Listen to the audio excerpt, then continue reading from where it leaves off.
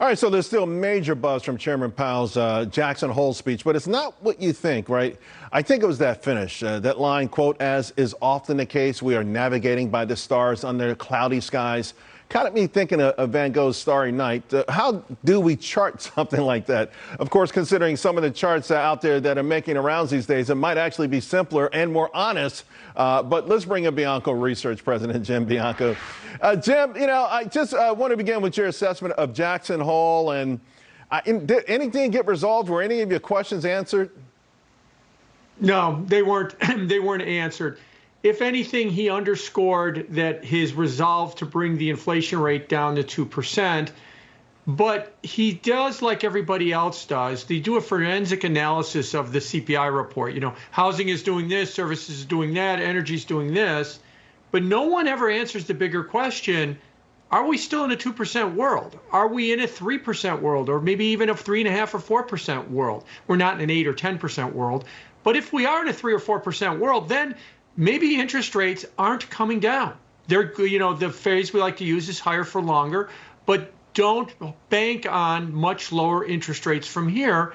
And I think the market is coming to that reality, but he didn't really resolve that issue with the speech that I saw on Friday. Although, what do you make of it? It seemed like he bristled at this notion that was been making rounds that the Fed make the new target maybe 3% rather than 2%. Seems like he took personal offense to that.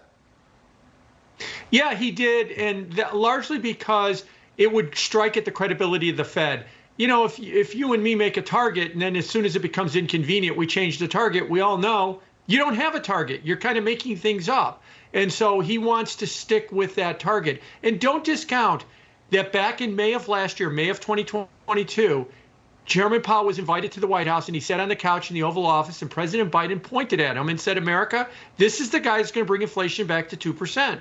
So him and the institution have a lot of credibility on getting the inflation rate down. All right, speaking of making things up, you made headlines last week with Larry Summers' chart there. You said it was a chart crime. I think you're referring to this echo boom chart, the 1970s and the current CPI trends, and the idea that somehow this suggests we're going to have another boom of inflation, maybe even higher.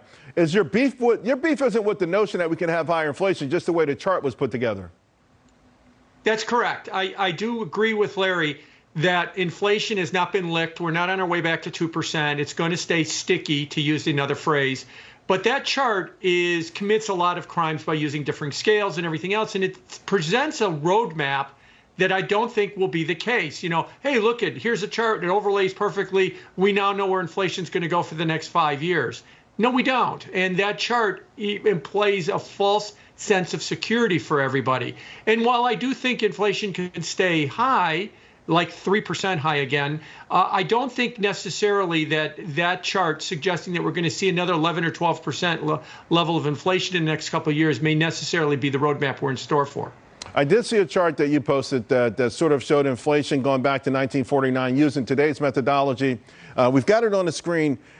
What's the purpose of that? Is that to sort of say, are we overestimating inflation now, or are we underestimating inflation now?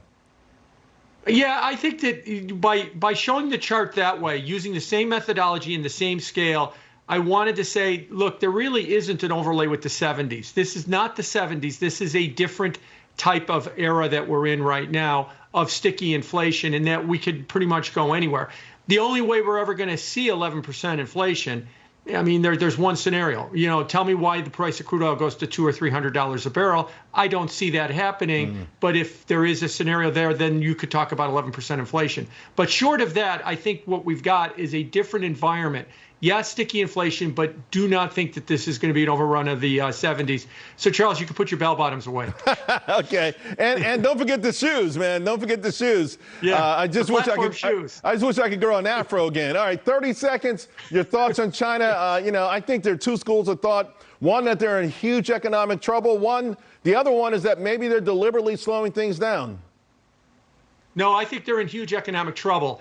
And I think that their economy should have boomed following the lifting of zero COVID, and it's done exactly the opposite. For us Americans, the good news is their markets seem to be so disconnected from ours that we could kind of watch what's happening over there and not say, oh, because their market did this or did that, it's going to impact our financial markets. It really doesn't. They were up 5% yesterday, and our financial markets barely noticed. And I think that's because they are in their own world right now, and it's not a good one. All right, Jim, thank you so much. Always appreciate it.